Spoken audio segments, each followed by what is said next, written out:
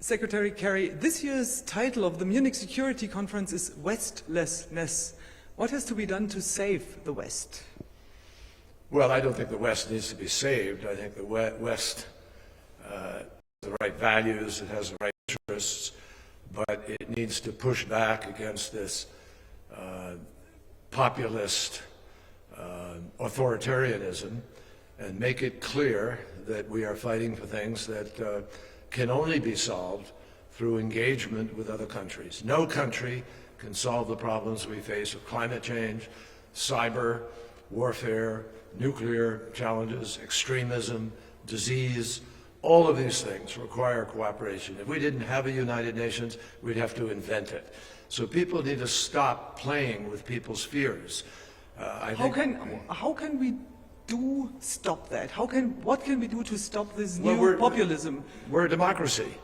People need to stand up and articulate the vision that they're fighting for. We still have the ability to go out and organize and talk about things that are real. But one of the problems has been that in too many countries, an established group of people are not meeting the needs of most of the population. And so you have this separation. You have globalism. You have a lot of money being made. But even in America we have a terrible unfairness and inequality that is not sustainable politically.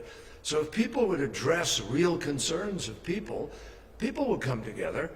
The problem is, in many places, there's been an unwillingness to be honest about the challenges that we face, and then to come together without fighting an eternal campaign, an eternal election. In America, we have a non-stop campaign. I mean, we're not an example to anybody right now except of things that need to be fixed. But we have the ability to fix them. We have the power to fix them. And we have to stop whining and go out and do the hard work of democracy. We're here in Germany. Which role could Germany play in this regard? Well, Germany is an incredibly important country, obviously. For years now, Germany and France and Great Britain, while it was part of the EU, shared major responsibilities with the 28 nations in an effort to try to move in the same direction. Now with Brexit, Great Britain's decided to move in a different direction. We'll see where that takes us. But I think Europe has been strengthened by this process. I think the fact of the EU pulling out has made everybody else say, wait a minute, this is important. We know what the project, the European project, is about. And now we need to recommit ourselves to make it work. So I think Europe in many ways is stronger for this. But we have to now deal with real problems. People need to see that globalization doesn't mean exploitation. People need to see that their wages can go up if they work harder and produce more. And the upper 1% of our country has been getting more than 51% of the income that is earned broadly. That's not sustainable. It's very frustrating to me because I think there are real solutions, but not enough people are putting those real solutions on the table. If you would be president, what would you do, like, as an immediate thing? Well, as you know, I tried to be president a number of years ago. Do you try again? Not now, no, obviously. But the point I would make is simply that the president has to set the tone. The president has the ability to be able to convene people. The president of the United States is the most powerful position in the world, but it requires responsibility in the execution of that power, and it hasn't been happening. President Trump has been breaking apart NATO, pushing people away, insulting Angela Merkel, insulting leaders in Europe, and praising people like President Putin and Orban of Hungary and places like that. That's unacceptable. The President of the United States needs to convene people immediately to deal with climate change. And if we come together, we can make big decisions that we need to make about electrifying how we provide our power, how we're going to build out the infrastructure, how we share initiatives that don't put one country at a disadvantage to another. These are all problems that can be worked at, but they're not even working at them. They're not even doing what they should be doing. You haven't had a meeting of the G20 for a climate emergency to deal with this. Why? That's what I ask. Well, the President of the United States could call that emergency meeting. The President could sit people down and say, okay, how do we move faster to electric vehicles? How do we come together and share a consortium of our scientists, of our inventors, of our innovators, so that we build out the infrastructure to be able to deal with carbon dioxide? And there are all kinds of possibilities here. I think what's so frustrating to the younger generation is the feeling that leaders are not leading. And so you have people 16 and 17 years old saying, hey, adults, be adults. You're the ones with the responsibility. Make something happen. And so I think this is a critical year for all of us. How much time do we have left to change that? Well, the scientists tell us that the next 10 years, they gave us 12 years, that's 2 years ago, and we haven't used those 2 years. Emissions are going up in Germany, up in Europe, up in China, up in the United States, up in India, all around the world. So I think that, we now look at it, we have about 10 years, but it really means sort of 8 years, 5 years, to put real decisions in place so that, because it takes a moment, it takes time for those decisions to take hold, to have effect. So you really got to move with a sense of urgency, and you have to move now. How do we convince people, or how can you convince people in your own country? I mean, we hear not only President Trump saying climate change is a lie. So that's a huge challenge within the United States, but also within the rest of the world, really to tell people what's really going on out there. Well, President Trump is lying when he says it is a lie. He's acting in an incredibly irresponsible way.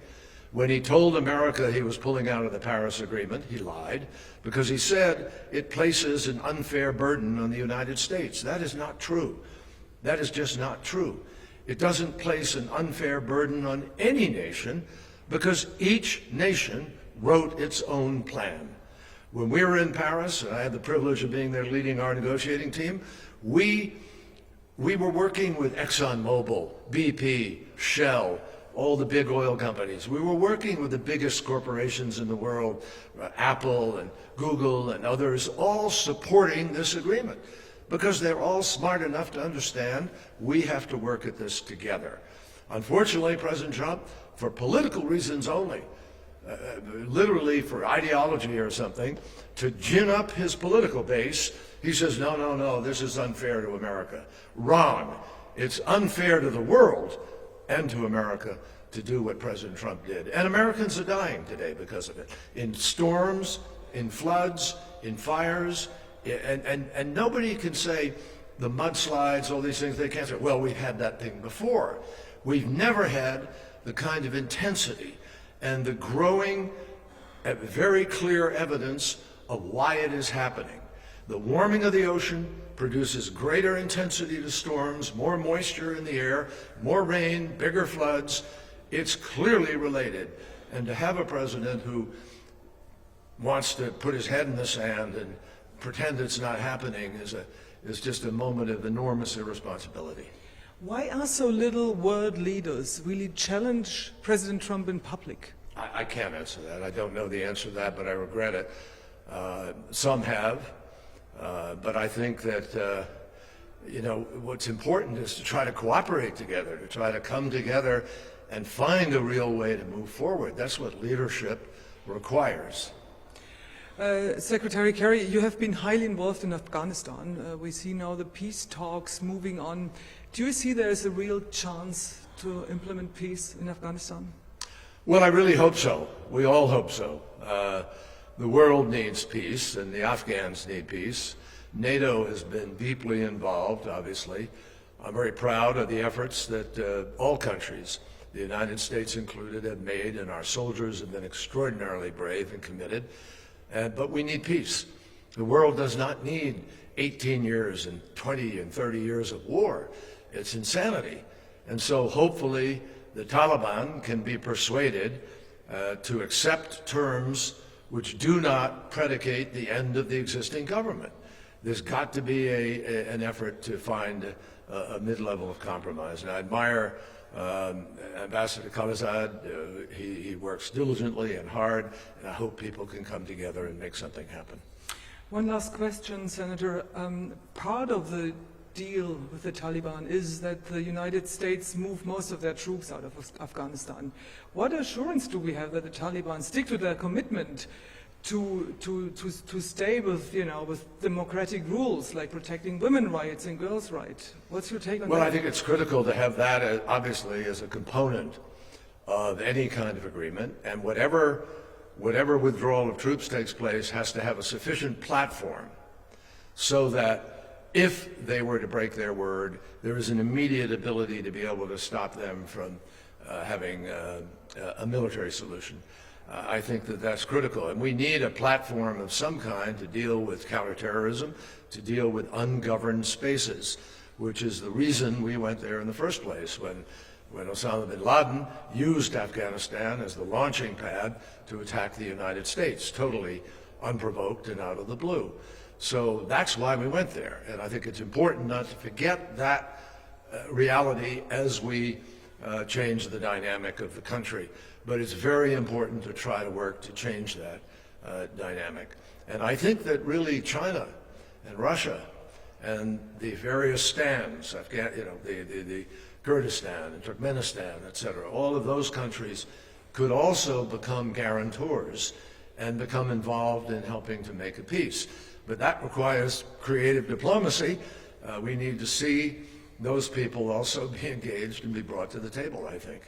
Why is such an experienced politician not running as president again these days? Well, I thought about it, and I wanted to not divide the vote, and Joe Biden is an old friend of mine, very close friend, and I worked with him as Secretary of State when he was Vice President. I thought that it was appropriate to give him the opportunity to go do it. And we'll see what happens. Not over. Let's see what happens in the next weeks. So there's still a little chance that you would put your head in the ring? No, I'm not talking about that.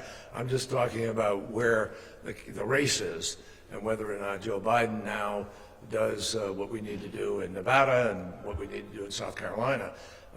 Clearly, the vote of a small percentage of people in two places, one of which is not even an open vote, doesn't settle this race. So this race is still on, and we're going to keep hoping that we get the nominee we need to lead us to beat the president.